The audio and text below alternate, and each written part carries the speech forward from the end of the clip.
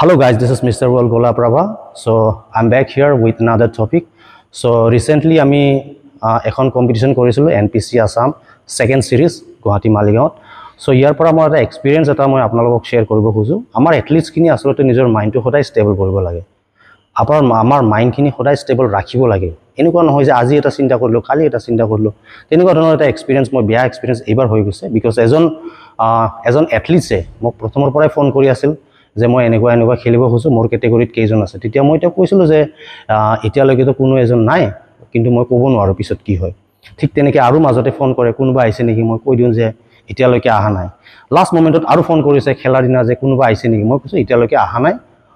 পিছত হয়তো আহিবও পাৰে তাৰ পিছত তেওঁ আহিলে কম্পিটিশনত কোনো এজন নাহিলে তেওঁৰ কেটেগৰীত তেওঁ অকলে খেলিলে তাৰ পিছত যেতিয়া খেলিছে আমাৰ পাব্লিকো বহুত সাপোৰ্ট কৰিছে যিখিনি আমাৰ অফিচিয়েলস আছে তেওঁলোকো বহুত সাপোৰ্ট কৰিছে কৰি পেলে যেটা টাইটেলটো তেওঁ জিকিলে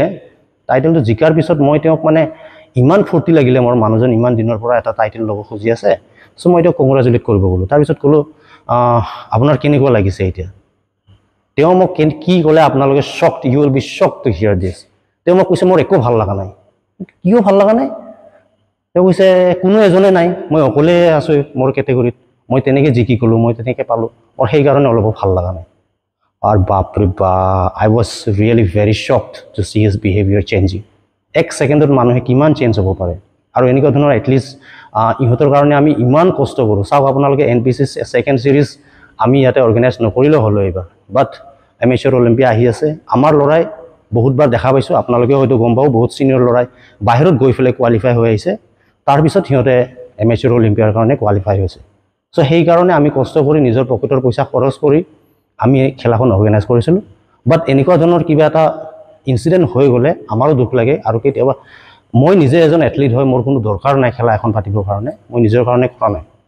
মই কৰিছো গোটেই এথলিটছ কেনে আমাৰ অসমৰ এথলিটছৰ কাৰণে